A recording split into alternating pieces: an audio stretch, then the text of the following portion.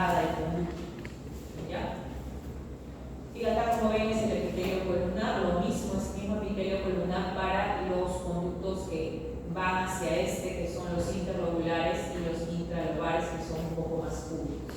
Los islotes de Langerhans, como les dije, ustedes no van a distinguir a este es alfa, a este es beta, ¿no? A diferencia que en el adenoma hipoficiario, perdón, en la hipófisis, podríamos decir células acidófilas, productoras de pH y prolactina, células basófilas, productoras de tirotropina, ¿no? O sea, más o menos, ¿no? Pero en cambio acá no hay una forma en la cual yo pueda identificar si no es con ningún histoquímico.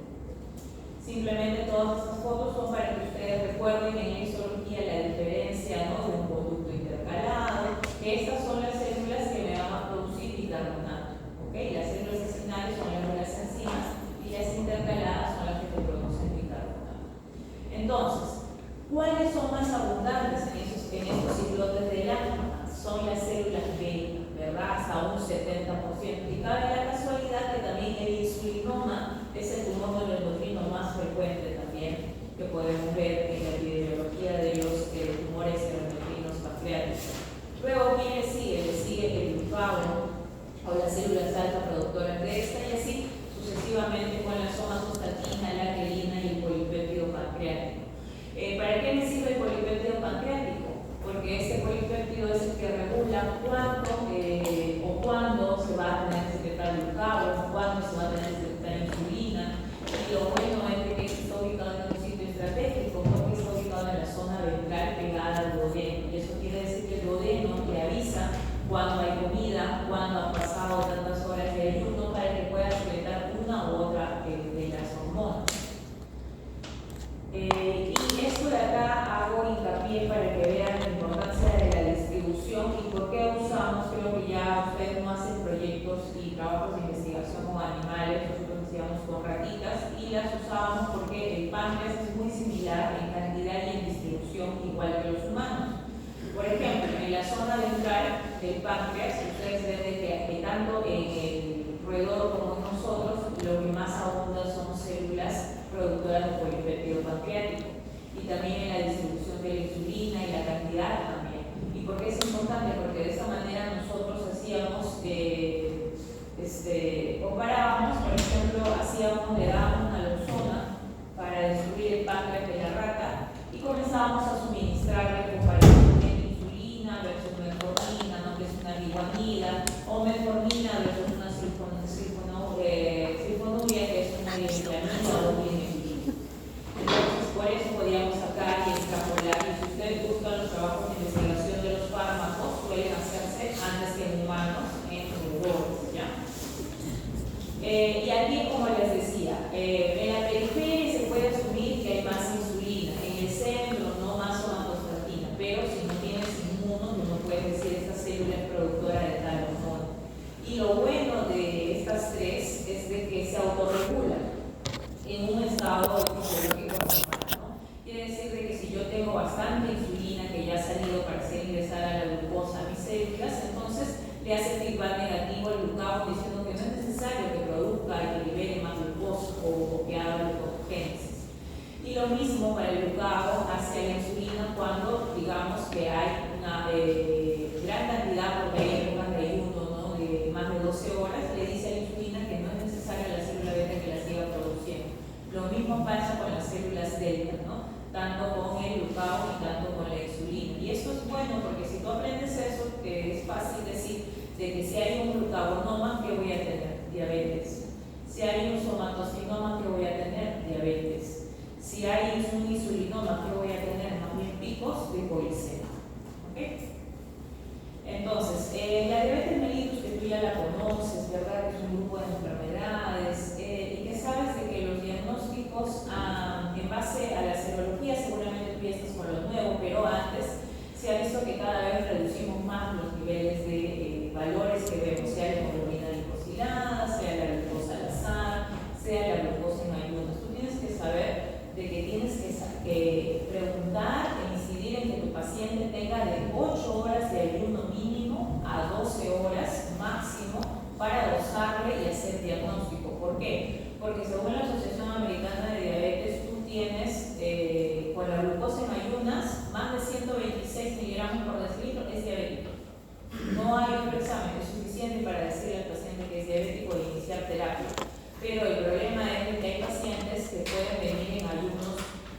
toleras de 18 horas y eso sí suele, si bien no va a llegar a un rango diabético, ¿en qué va a llegar? Va a llegar en el rango prediabético. Y eso sí existe, la prediabetes existe, pero tienes que entender porque en mi promoción, en mi tiempo, se decía, o es diabético o no es diabético, no existe prediabético. Pero ahora sí sabemos. ¿Pero qué es el prediabético? El prediabético es que va a llegar a diabetes, o sea, ese es su futuro. Si tú eres prediabético a esta edad, créeme, vas a llegar. Ahora, el asunto es que podemos ralentizar a que llegues al estado de diabetes, ¿ok?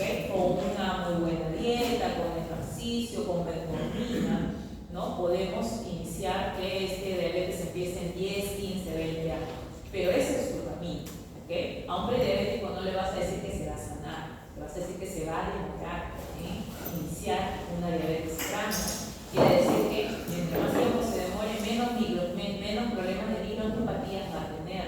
En cambio, cuando un paciente está más de 12 horas en ayuno, sí puede tener más de 100 miligramos en sangre y tú le puedes dar un diagnóstico falso y asustarlo. Por eso de que no deben pasar más de 12 horas. ¿Por qué? Porque más de 12 horas el glucagón actúa. Le dice, oye, estamos muriendo, libera más glucosa, ¿no?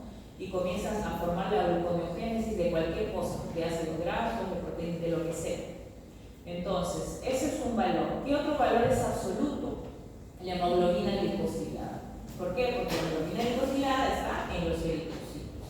Y uno a veces decía, pero ¿por qué tengo mi hemoglobina glicosilada si yo como bien? Es porque siempre tenemos picos de glucosa dentro de la normalidad. Por eso es normal que tengamos hasta menos de 5,7 valores de hemoglobina glicosilada. Tú puedes decir que estás en la universidad y que todo el día no comes, pero ¿qué si tomas? Gaseosa.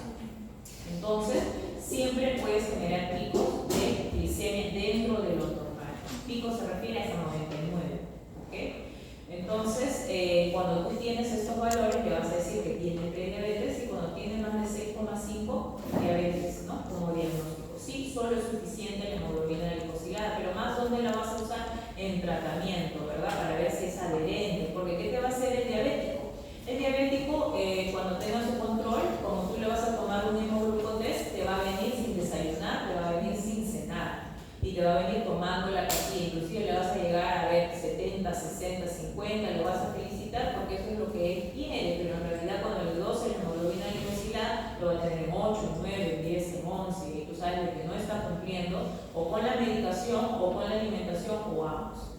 La prueba de tolerancia a la glucosa, esta ya la conoces, ¿verdad? Te dan un juguito de naranja, agua con un shot de azúcar, ¿no? De 35 a 50 gramos y te dosan de 2 y 4 horas, ¿no? Lo general a veces es en el MINSA porque en privado sí te dosan 2, 4 horas, todo un montón de tiempo. En cambio acá hay que ahorrar tiempo y después de 2 horas, si es más de 200 miligramos por decilitro, ya es un paciente diabético, ¿no? Pero tenemos el poder regular. Ahora, tenemos 4 grandes grupos. Ya no, y seguramente tú no vas a cometer este error, pero ya no se llama el tipo 1 insulino dependiente, porque en el tipo 2 también usamos insulina, entonces se llama simplemente tipo 1, nada más.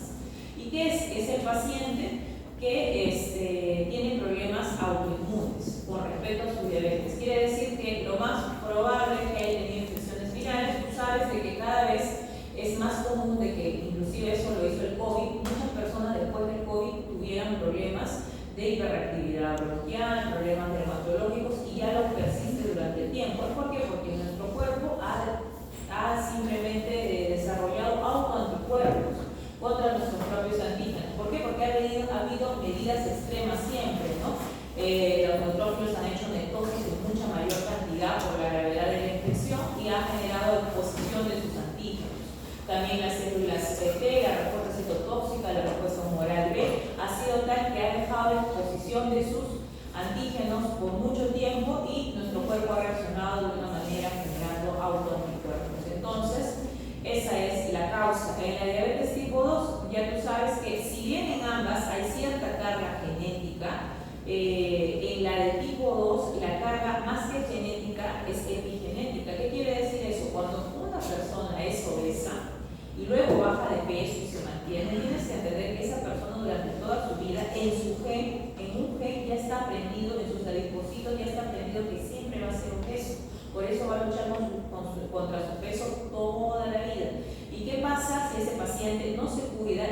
siempre está alimentándose o sobrealimentándose con carbohidratos y grasas, que a su siguiente generación eso va a heredarlo. Eso es la epigenética, ¿ok? Entonces una alumna me preguntaba cómo se puede hacer para que en la siguiente generación no haya ese silenciamiento de gen, pues manteniendo durante toda su vida una adecuada nutrición y ese estilo, ¿no? Y luego se espera que en la segunda generación después de él es que se haga el silenciamiento de esa nueva adquisición. Luego, la 4, antes de pasar con la 3, es la diabetes gestacional, ¿no? Esos pacientes que generan estadios de hiperglicemia en el momento de su embarazo y que luego después del parto cesa. A esa persona tienes que hacer el seguimiento, porque lo más probable, y ha pasado, que las personas gestantes con diabetes después de 10 años tienen diabetes tipo 2, ¿ok?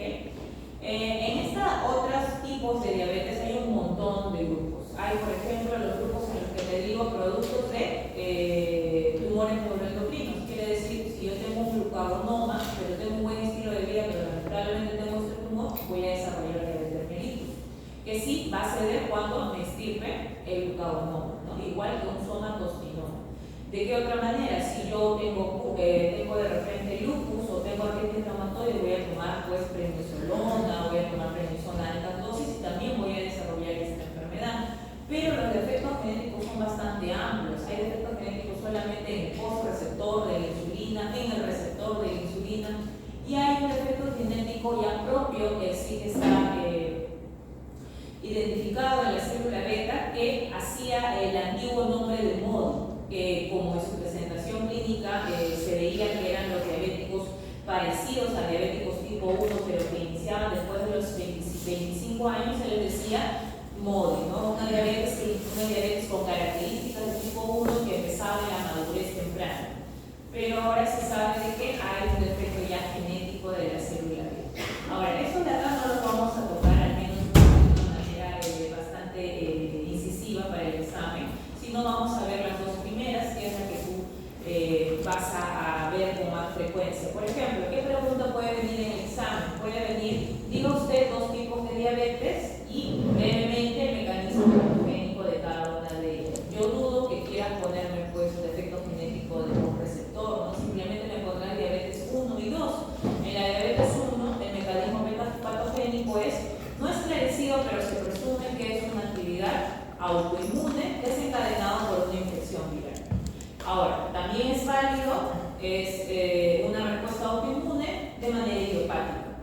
O se presume de que ha habido una infección viral que ha desencadenado, ¿no?, el proceso de destrucción de células beta. Todo eso es válido, ¿ok? Y también lo tienes en tus roles. ¿Y qué va a pasar? Poco a poco, luego de la inflamación que se está produciendo por la respuesta ante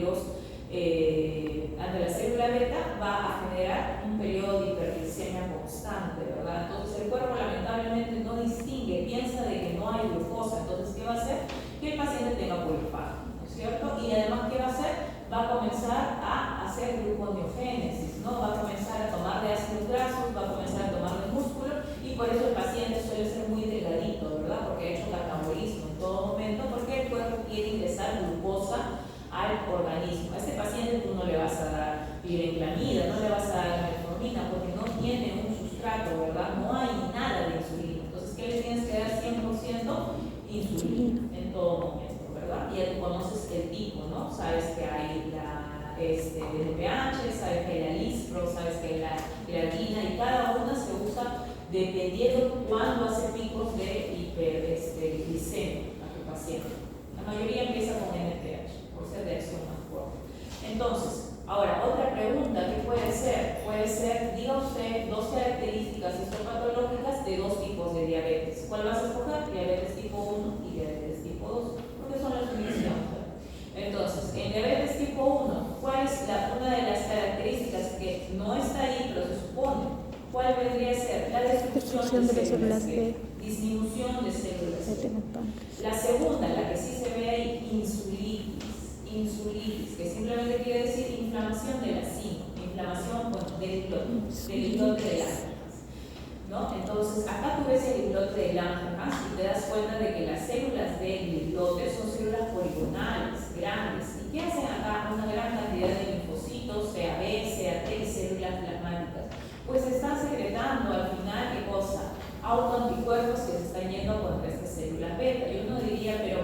si solamente van contra las células beta, se muere todo el islote, porque lamentablemente la célula B y la célula T que secretan y llaman neutrófilos, llaman citoquinas, ¿no? Llaman interleuquinas, y acaso ellas van a distinguir tú eres delta, tú eres alfa, no, ellas van a destruir a todo el islote. Entonces en etapas tempranas las características serán destrucción e insulitis, y en etapas tardías, ¿qué será? Simplemente atrofia o fibrosis, ¿no es cierto?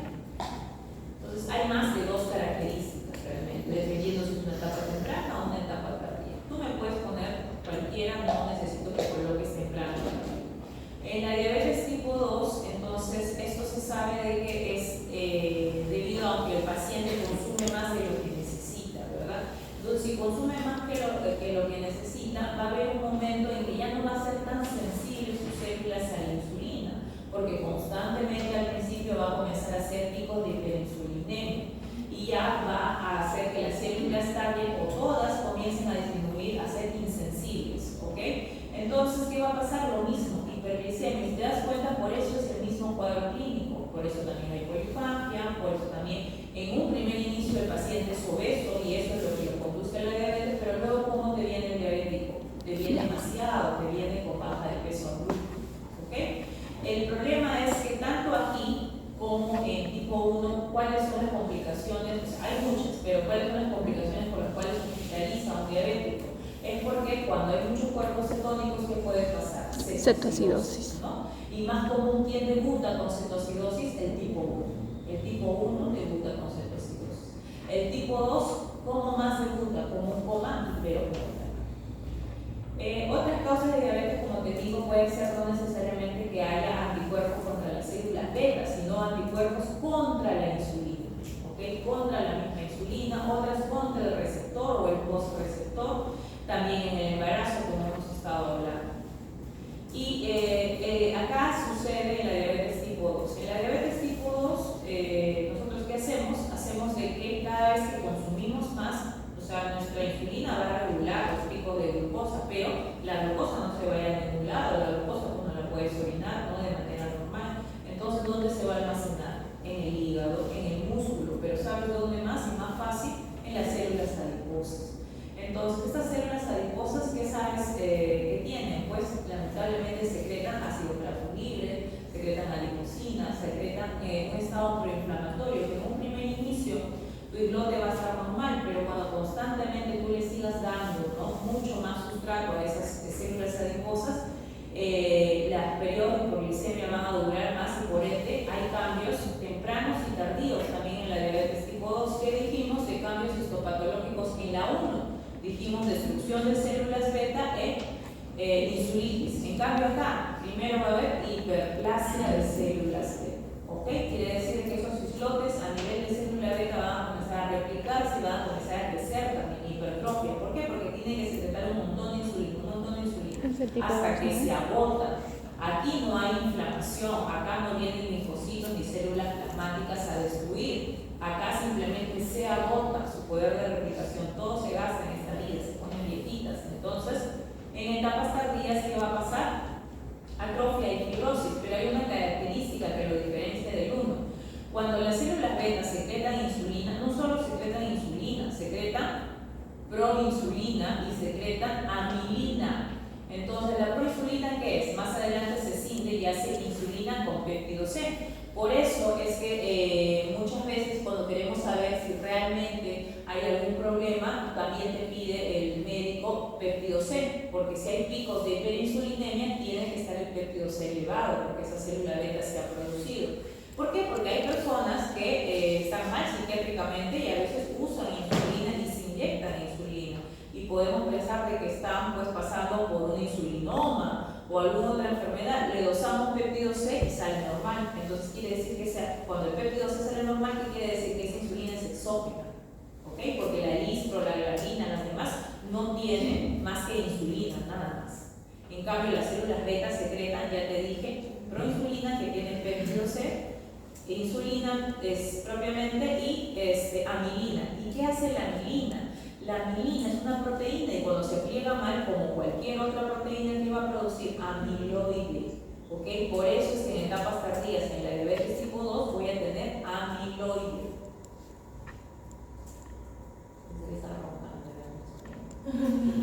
Nunca tanto. Ya.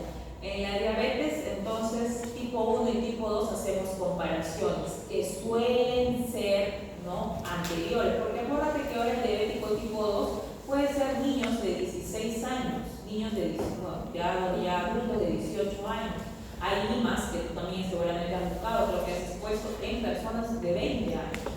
Entonces, usualmente le vamos a poner, ¿no?, el diabético tipo 1 es el diabetes de la persona obesa, ¿no?, con grasa más central, que es diagnosticada a partir de los 30. El diabético tipo 1 aparentemente es el delgadito, niño, ¿no? Y acá lo que te dije, ¿no?, usualmente debuta con cetocidosis y aquí es con coma hiperosmolar. La historia familiar está presente en ambos, pero es más en diabético tipo 2. Y el antígeno leucocitario humano presente con anticuerpos, ya saben, va a ser más en el diabético tipo 1. Lo que conversamos, ¿no?, en etapas tempranas, ¿qué va a haber en el diabético tipo 1 histológicamente? Insulitis, destrucción de células beta. Luego de cualquier inflamación, en etapa tardía hay fibrosis y atrofia. A propósito de esto, todas las células necesitamos de insulina para ingresar glucosa dentro de ellas. Todas necesitan insulina.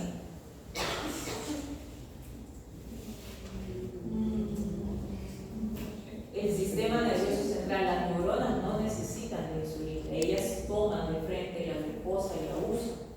¿Ok? Luego,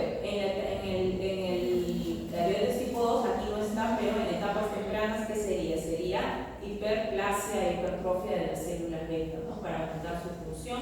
Y tardíamente, aparte de la fibrosis, el amiloide, acuérdate, el amiloide es clave.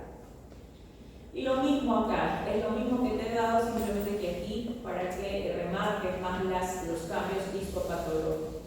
Y aquí está el diabético tipo 2, ¿no? Como veías en la imagen histopatológica del 1, veíamos depósito de simplemente linfocitos C, B o T y aparte células plasmáticas. Acá estamos viendo un depósito de sustancia eosinófila amorfa que con rojo pongo me va a dar positivo porque esto es amiloide, que viene de la amilina. Y lo que veo son células que todavía sobreviven, aparte de la atrofia, ¿no?, células beta, alfa, delta, etc. Acá ya vemos que está bastante avanzada esta diabetes, que solamente ha quedado pues el depósito de amiloide. Y lo que conversábamos, ¿no?, cuando no hay ingreso de la glucosa, ¿no?, porque tú sabes de que las células tienen GLUT4 y gracias a que la insulina llega a su receptor, la vesícula de GLUT4 pasa a la membrana y recién ingresa la glucosa. Cuando no pasa esto, el cuerpo pues tiene que sentir grasa, liberar ácidos grasos y generar la vía de la cetogénesis. Y esto lamentablemente me va a generar cuerpos cetónicos que se van a ir a mi riñón, y esos cuerpos cetónicos son bastante que tienen una alta osmolaridad y que va a ocasionar que jale agua. Y si jala agua, que voy a tener otro síntoma popular de la diabetes, la poliuria, ¿verdad? Y si tengo bastante poliuria, que voy a tener sed, polidipsia. Y ahí está pues las causas, ¿no?, de las 3P, ¿no?, que dicen en la diabetes: polifagia, poliuria y polidipsia. Pasa allá. Y por otra parte, por eso también se adelgaza, sobre todo las partes de las extremidades, ¿no? ¿Por qué? Porque se tratan de obtener por la vía de la gluconeogénesis de las proteínas, ¿no?, el glucógeno. ¿Y cuál sería el problema, no? Si solamente fuera eso, bueno, nosotros simplemente trataríamos de mantener niveles normales, ¿no?, de glucosa para que no se formen cuerpos cetónicos, etc. El problema es que estos elementos glicosilados se depositan en los vasos. Ese es el real problema a largo plazo, ¿no?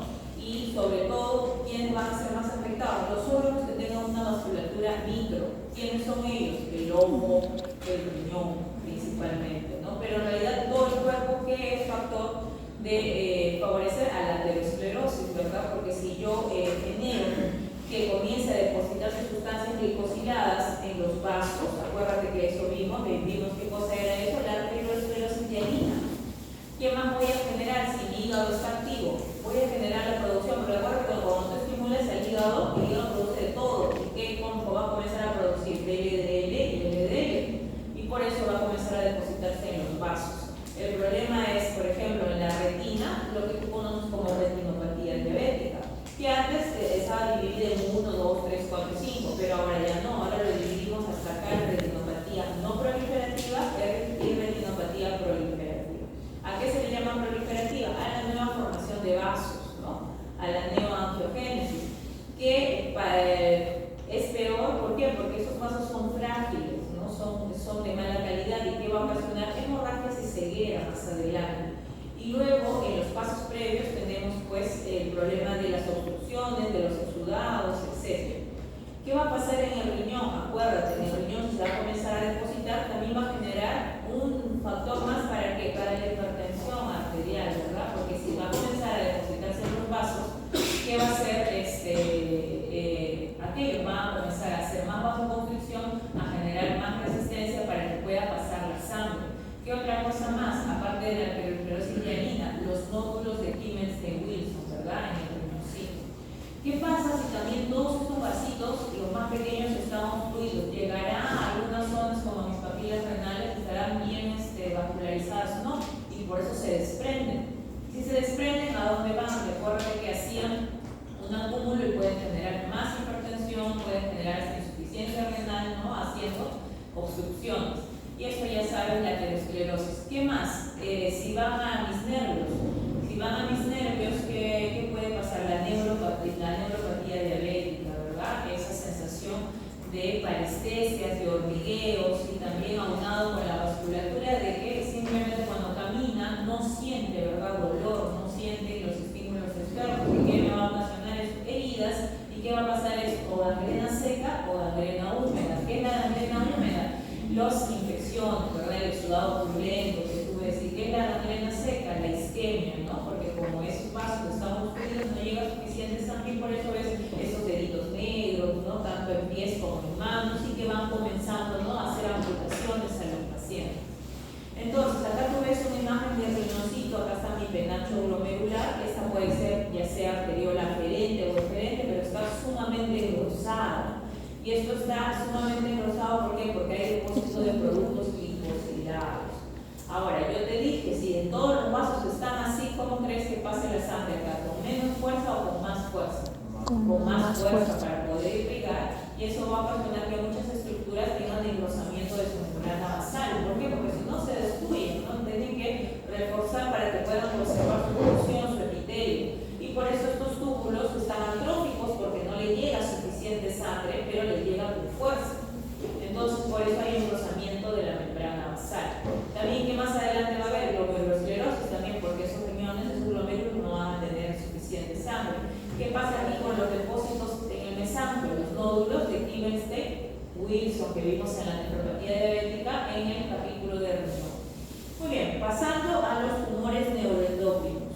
En esos tumores nosotros tenemos los PANET, tenemos los carcinomas neuroendocrinos, tenemos los neoplasias mixtas, que se entiende que tiene de ambas, pero para que pueda ser una mixta verdadera en el 100% de tu tumor, tú tienes que tener al menos 30% de cada uno de ellos. 30% que reconozcas como carcinoma neuroendocrino pancreático y 30% que reconozcas como tumor neuroendocrino pancreático. ¿Y de qué depende eso? Si bien el carcinoma va a depender de su atipia, de que tenga mesonucleosis, que tenga mayor hipertromasia, que tenga mitosis, en realidad en páncreas vamos a tener escalas. G1, G2, G3 en los que no son carcinomas. Y en carcinomas solamente se cumple de que en cada 10 campos de alto poder tú tengas más de 20 mitosis y que sí o sí tienes que tener inmuno. En el inmuno, tu KI67, que sabes que es proliferación celular, que tanto se está replicando, tiene que ser mayor al 20%. Si se cumple esto, es un cáncer, ¿ok? Por eso es que nosotros cuando hablamos de tumores neuroendocrinos no le decimos adenomas neuroendocrinos. ¿Por qué? Porque hay una posibilidad que sea maligno.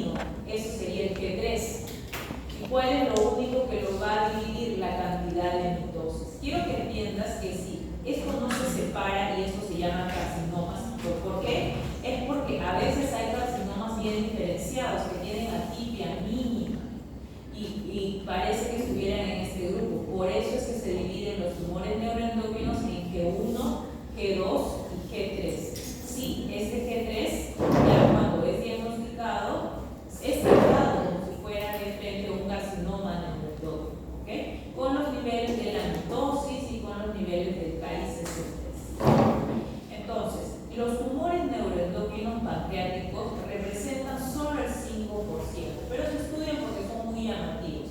¿Quiénes son los de mayor cantidad? Son los tumores epiteliales, como te dije, el carcinoma ductal del páncreas, y más raro, las metástasis.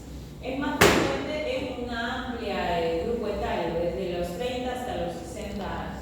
Es igual tanto en varón como en mujer, a excepción del lipoma. En el lipoma sí, la mujer dobla en casuística con el varón. La mayoría son esporádicos, quiere decir de no.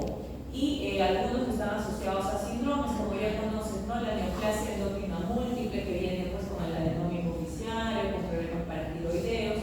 Y esto es, ¿por qué es importante? Porque cuando tú diagnosticas un insulinoma, que es el más frecuente, el segundo frecuente, gastrinoma, ¿qué esperarías? Como en Estados Unidos, hacerle un estudio molecular. ¿Por qué? Porque lamentablemente ese paciente, digamos, que tiene un insulinoma y sale positivo a mutación del gen Monkey-Pelindo, tú esperarías que en los próximos 5 a 10 años que desarrolle carcinoma de células renales, de células claras. Esa es la importancia de tener en cuenta al menos estos 3 primeros genes mutados. Eso hacen en otro país. ¿Qué hacen acá los que son buenos médicos? No puedes dosar esto, pero ¿qué le haces? Le dices al paciente y le ordenas, ¿no?, seguimiento de cada año, por lo menos, ¿qué cosa? Una ecografía de paratiroides, una ecografía de riñón, ¿verdad? Y también, obviamente, cada anual le vas a dosar pues, calcio, ¿no?, para poder observar de manera serológica las funciones de los órganos que tú quieres tratar, ¿no?, para ver que si de repente tiene un M1, haya problemas de la paratiroides, tenga un Monkey-Pelindo, tenga problemas de riñón, tenga una neurofibromatosis tipo 1, ¿qué cosa tendrás que ver en la piel? ¿Ok? Tendrás que ver en la piel, a ver si tiene manchas café con leche. Entonces, la mayoría de los tumores neuroendocrinos del páncreas se parecen a los adenomas hipoficiarios en el sentido de que la mayor parte son no funcionantes. Eso es bueno. Lo malo es dependiendo de dónde están ubicados. ¿Por qué? Porque van a generar también efecto de masa. Quiere decir de que si están en la cabeza del páncreas va a ser bueno porque va a ser ictericia rápidamente y yo lo puedo extirpar. En cambio, si hace en la cabeza, en el cuerpo o en la cola, voy a tener que ver de que haya demasiado, que haya crecido demasiado y que de repente me haga obstrucciones intestinales, que me haga otros tipos de problemas. Los funcionantes son los que vamos a ver ahorita, ¿no? El insulinoma y el glucagonoma. ¿Dónde se diagnostican y por qué cada vez crecen más y se dice que son los no funcionantes los que predominan?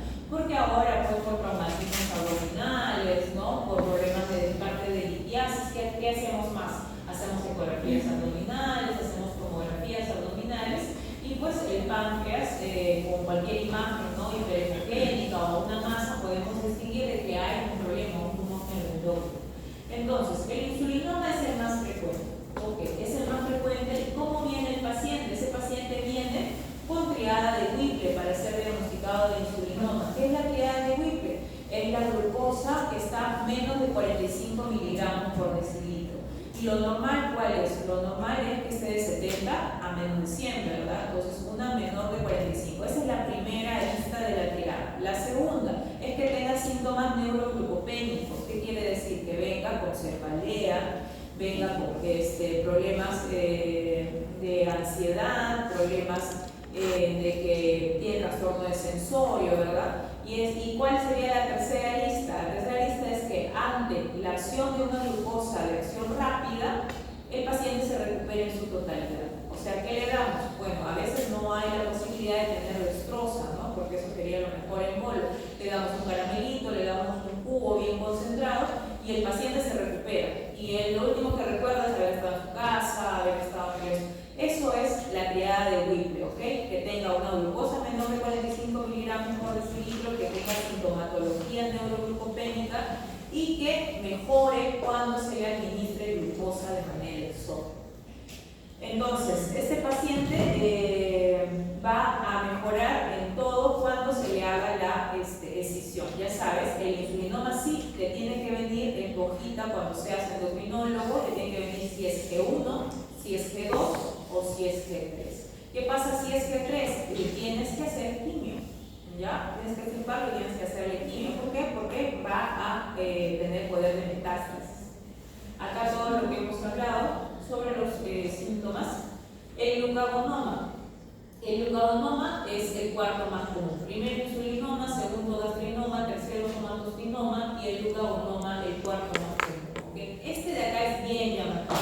Tanto el de aquí como acá, y los demás se te pueden poner casos clínicos y no hay derecho a falla, pero puedes confundirte. ¿Por qué? Porque yo te puedo decir paciente de tanta edad, te puedo poner que es obeso, que tiene un montón de cosas y que tiene una glucosa en ayunas de más de 150. Y en las alternativas te voy a poner diabetes y vas a marcar eso y no va a ser eso. Porque voy a poner más cosas, o sea, voy a poner que además observa de que en su piel hay máculas eritematosas con ulceración. Entre paréntesis, voy a ponerlo completo, eritema migratorio necrolítico. Voy a poner que tiene problemas al momento de ingerir alimentos porque presenta keilitis, presenta glositis, además de eso ha perdido peso y también presenta venas arrociadas, ¿no?, en los miembros inferiores, dando el diagnóstico en ecodoppler con trombosis venosa profunda. Con todo eso, no creo que tú me vayas a colocar diabetes mellitus, ¿no? ¿Por qué? Porque mira, en frecuencia un glucagonoma viene con diabetes y con qué, con eritema y con todo eso. Esa sí es bien florida del glucagonoma, ¿ok?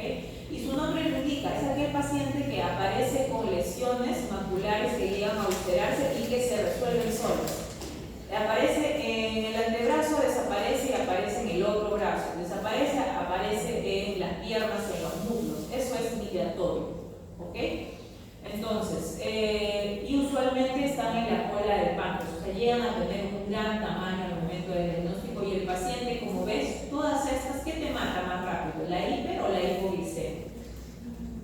La hipo, pues te mata al toque, ¿verdad? En cambio, la hiper, este diagnóstico es diagnóstico tardío, porque el paciente cree que está gordito porque come, que cree de que estas cosas son simplemente lesiones. ¿Qué es lo que él piensa? Que tiene diabetes y no quiere ir al hospital. Porque ahora hay muchas personas que saben o presumen que tienen eso y ¿qué hacen? Se compran metformina creyendo de que con eso están simplemente, ¿no?, mejorando sus síntomas, pero no ven todo el trasfondo y además ¿qué cosa está pasando? Su retina está desprendiéndose, su riñón está llegando a la insuficiencia renal, está teniendo neuropatías, etc.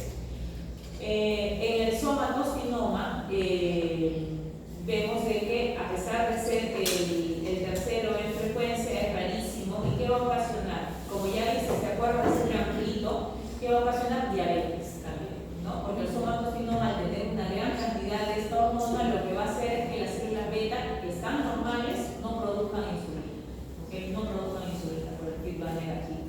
Y estos pacientes van a tener también un feedback negativo, pues van a no permitir que se produzca gastrina ni histamina, ocasionando que haya una hipocloridria a nivel del estómago. ¿Y qué va a ocasionar que haya hipocloridria a nivel del estómago? Infecciones, ¿okay? Una cantidad de infecciones además del Helicobacter pylori.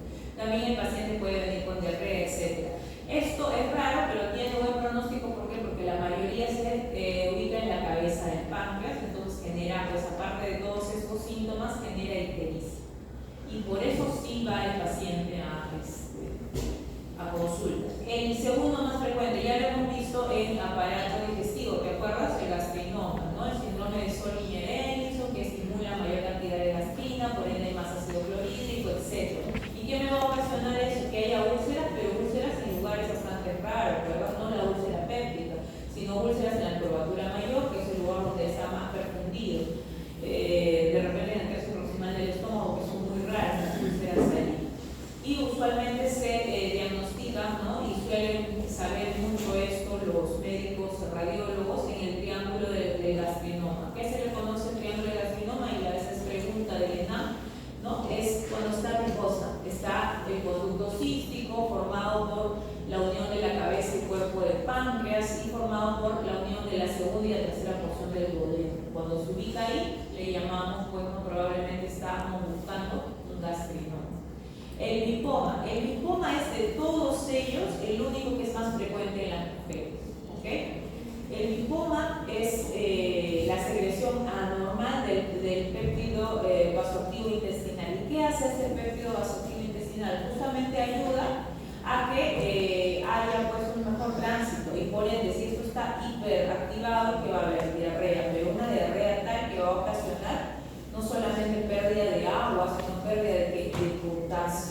si hay potasio, que hay hipocalemia. También asimismo va a haber acloride, este es el síndrome WDHA y que también se llama Werner-Morrison, ¿ok? El lipoma. Entonces, viendo en general a todos ellos, acuérdate, desde el insulinoma hasta el lipoma, te tienen que venir y decir si es que 1, si es que 2 o si es que 3. Además, cualquiera de ellos puede formar diferentes patrones. Pueden ser sábanas de células, pueden ser nidos de células, pueden ser cabéculas. Pero ¿cuál es la característica del tumor neuroendocrino? Al igual que como vas a ver en tu práctica el carcinoma medular de tiroides, que también puede formar varios patrones, ¿cuál es la característica? Los núcleos en sal y pimienta. Eso es la característica de un tumor neuroendocrino.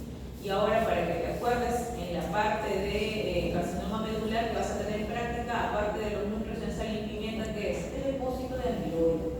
Y acá en los tumores neuroendocrinos hay uno que sí deposita amiloide. ¿Cuál crees que será? Justamente el insulinoma es el que deposita amiloide. Y aparte una característica del somatosfinoma que es cuerpo de Samoma. ¿Ok? Cuerpo de Samoma. Muy bien, entonces ya sabes, no tienen cápsulas, simplemente que suelen ser bien circunscritos, ¿no? Suelen ser de una coloración amarillenta y pueden tener patrones, como en este caso se le llama patrones organoides o patrones acinales. Eso es lo de menos, lo que importa son los núcleos. Acá son patrones en los cuales predomina más nidos de células con amiloide, depósito de amiloide, eso será un insulinoma, ¿no? Acá hay un patrón radicular, acá de repente le hacemos inmuno. ¿Qué da positivo acá? Aparte de que yo le pueda usar insulina, somatosfinoma, le damos a positiva cromogranina y a sinaptoxina, ¿no? Muy bien, entonces, en la glándula suprarrenal. En la glándula suprarrenal vamos a ver adenoma suprarrenal y vamos a ver de la corteza y de la médula vamos a ver feocromocitoma.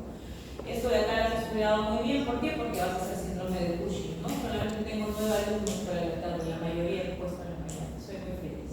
Entonces, en la glándula suprarrenal tú tienes la cápsula y tienes en la parte de la corteza, ¿qué cosa? Tienes células cúbicas que son muy redonditas y que tienen una coloración más basófica, ¿no?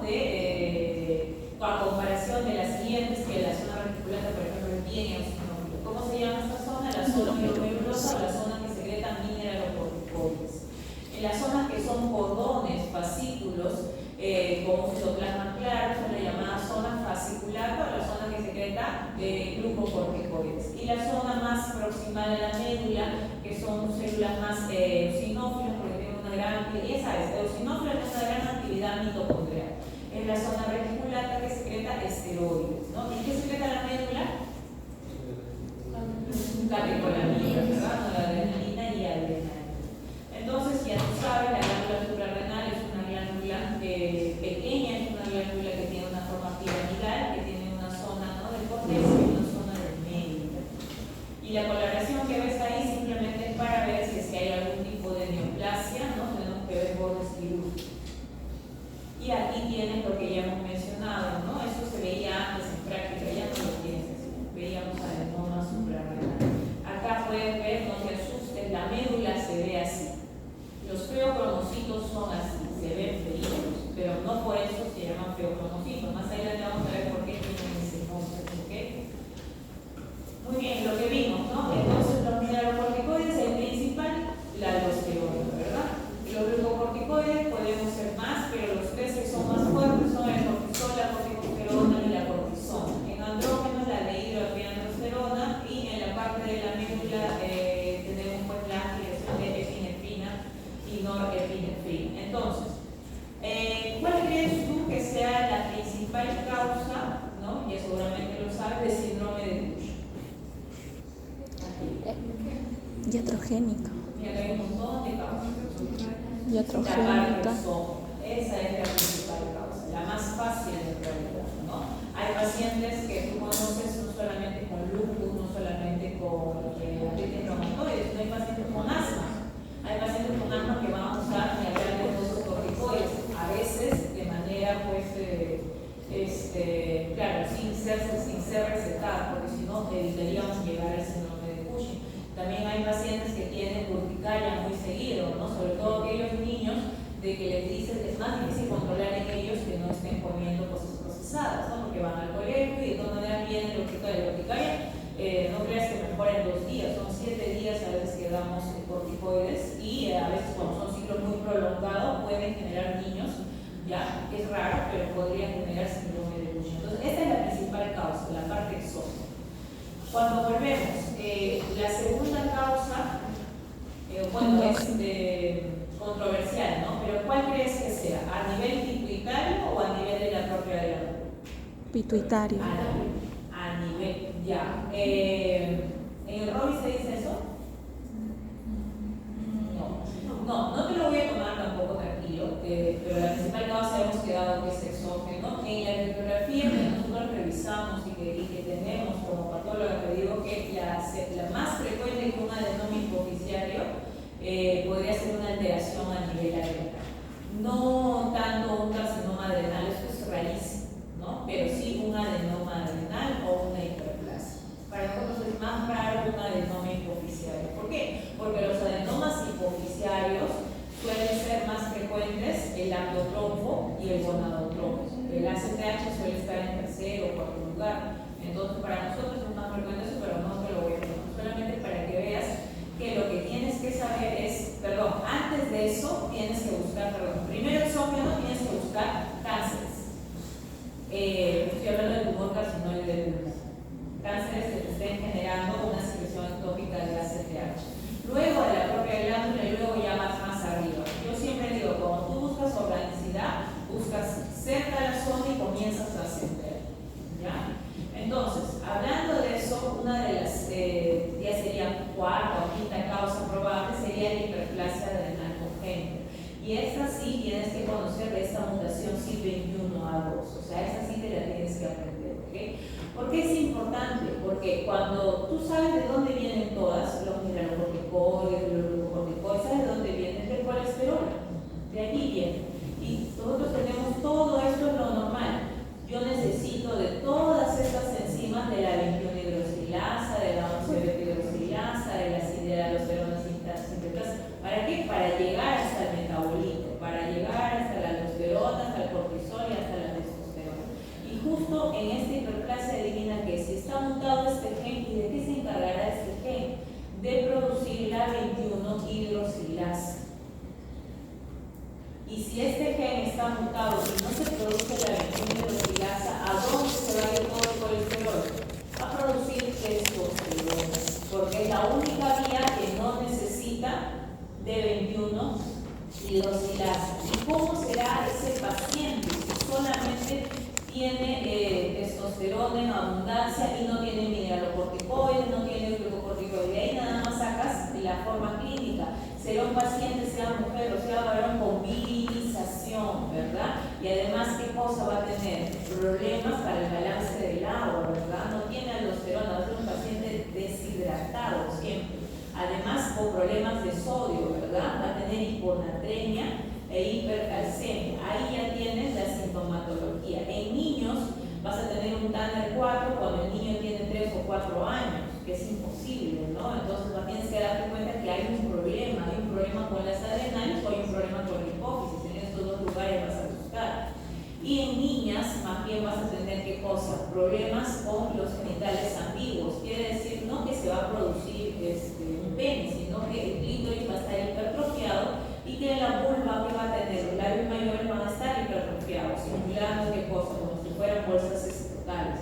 Entonces, acuérdate de la mutación de este sitio, ¿ya? Igual, si tuviéramos mutaciones de otras, simplemente acuérdate de la primera. Mira, no te pido todo el cuadro, no te voy a tomar todo el cuadro, solo la primera, que es la deficiencia de la 21-hidroxilasa, que me va a llevar a que todo este esquema simplemente no me permita la formación de aldosterona, no me permita la formación de cortisol, ¿ok? Solamente voy a tener testosterona. Y estas son las niñitas, ¿no? Con hipertrofia de clítoris y con sus labios mayores súper hipertrofiados. ¿Cómo tú vas a saber, pues, de que es mujercita? Pues simplemente por el introito vaginal, ¿no? Y obviamente porque puedes tomar una ecografía, ¿no? Si te hacen dudas. Y la hiperplasia suprarrenal, ¿cómo va a ser? Justamente acá has visto, este es un paciente que ha fallecido, obviamente. ¿no? Que ya pues, prácticamente cada glándula suprarrenal está pesando más de medio kilo. Muy bien, entonces volviendo a lo que generaría un síndrome de Cushing, ya sabemos, lo más frecuente es el corticoide exógeno.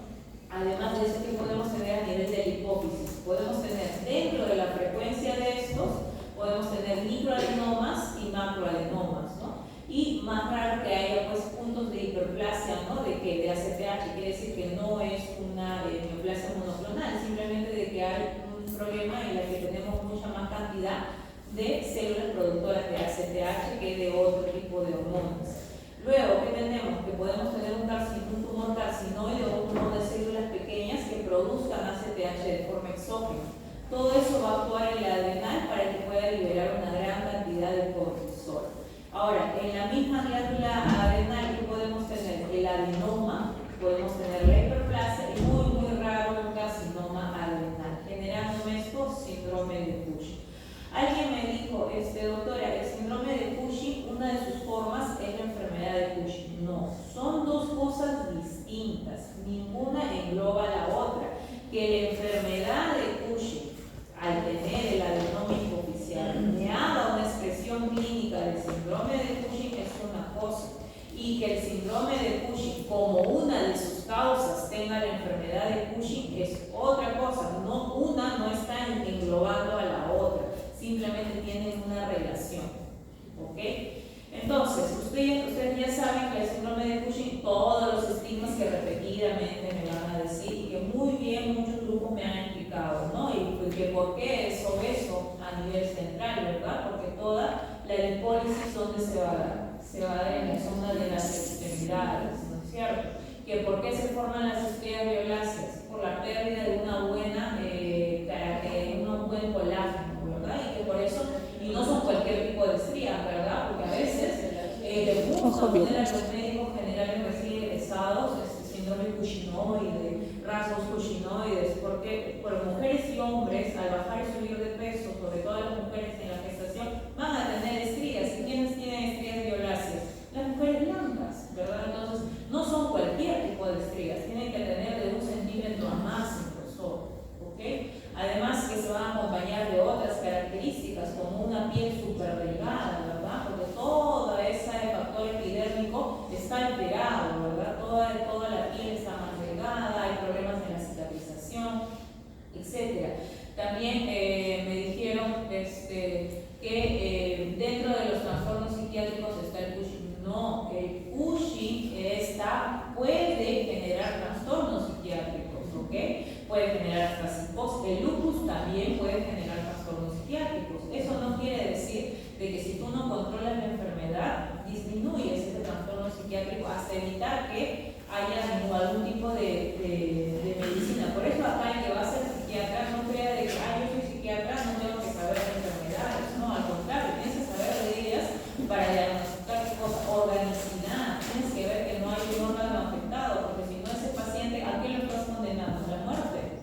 Y lo estás condenando, mira, yo antes de ser patóloga quería ser psiquiatra, me decían algo, el traumatólogo que cura huesos, de manera burda, pues, ¿no? El neumólogo que cura pulmones, ¿no? ¿Y qué cura el psiquiatra? El psiquiatra cura todo el eje humano, cura un alma, por decirlo así. ¿Y tú crees que un psiquiatra curará un montón? No, posiblemente no estabilizará y quizás en toda su trayectoria será 1 o 2, pero tú sabes lo que es estabilizar a una persona en su ente emocional. Es gravísimo, es importantísimo. ¿Y cuántas personas o psiquiatras que no están bien entrenados dejan pasar síntomas neuropsiquiátricos de enfermedades que al poder controlarlas, y más todavía si hay un adenoma hipoficiario, podría ser simplemente sanarlas, ¿no? ¿Cuántas personas con depresión, con ansiedad, posiblemente estén pasando niveles hormonales alterados por alguna organicidad? Entonces, mucho respeto para los buenos psiquiatras. Lo que tú ya has visto, ¿no? La pétala facial no solamente se medía la pétala facial es que como tienes una gran cantidad de proliferación también vascular y también hay hipertensión y vasodilatación, que genera ese color rojito. La cara de luna llena no es que me diga la cara bonita, sino la cara de luna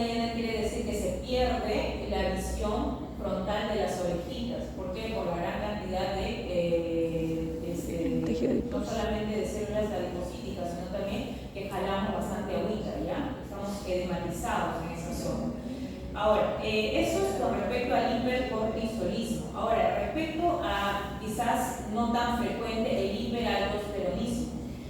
Cuando hay un adenoma en la parte de la corteza, lo más común no es que haga hipercortisolismo, lo más común de un adenoma es que debute con eso. Cuando hay un adenoma suprarrenal, es que debute con aldosterona elevada, ¿ok?